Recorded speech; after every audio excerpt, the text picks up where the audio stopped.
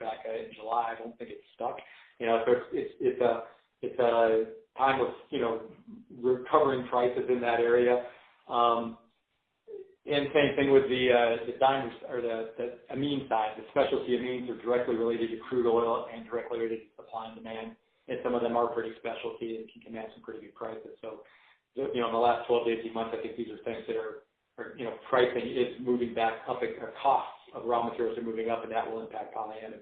When it comes to quality, again, we're taking unsaturated fatty acids and we are dimerizing them with a catalyst, and then we are distilling that, and we can distill it in a very crude fashion, like almost a pot type vacuum distillation, or we can distill it in a more sophisticated fashion, such as using a wet filmed evaporator.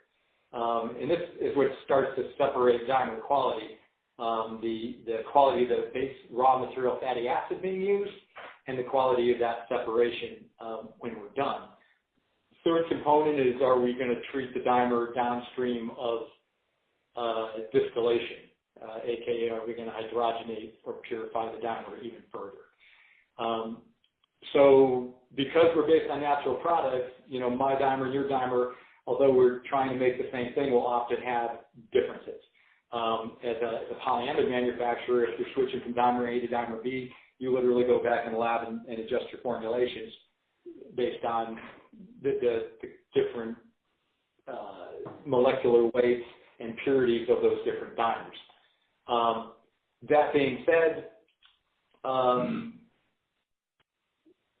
we talked a little bit about footwear in China. China is the world's largest producer of dimer acid. There's a million little guys making dimer acid out of cottonseed oil. And they're little guys, little dimer, not necessarily super high quality on the distillation side. You go to the other end of the range where the Craytons and the Krogas, and they're using tall fatty acids, which have a very good mix of unsaturated fatty acids for making a higher yield to get more diacid and less monoacid. Once they make that dimer, they have to strip that monoacid out, and that adds cost.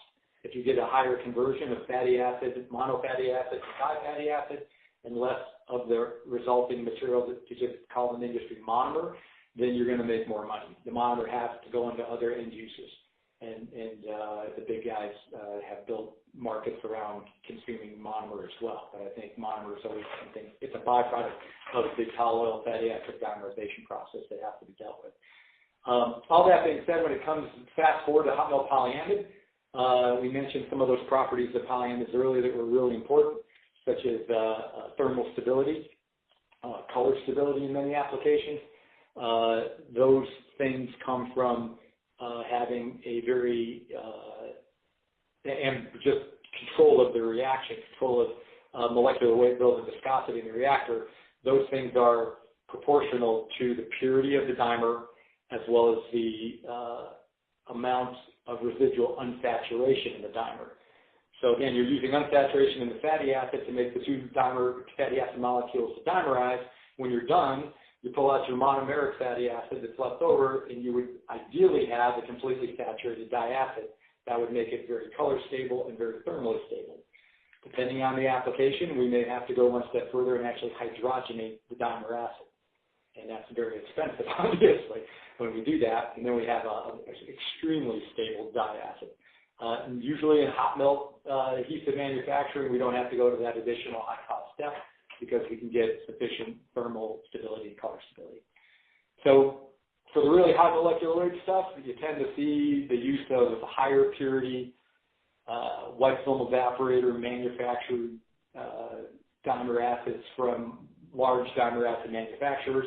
When you're looking at lower end applications, as I mentioned, things such as construction and maybe footwear, you probably can get away with lower quality dimer acid, which is going to be less thermally stable and less color stable and harder to deal with in your reactor.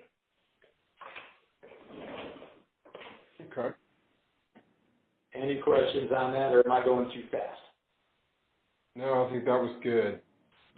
But when you're talking, the end use, so the quality of the dimer and the end use matter. Um,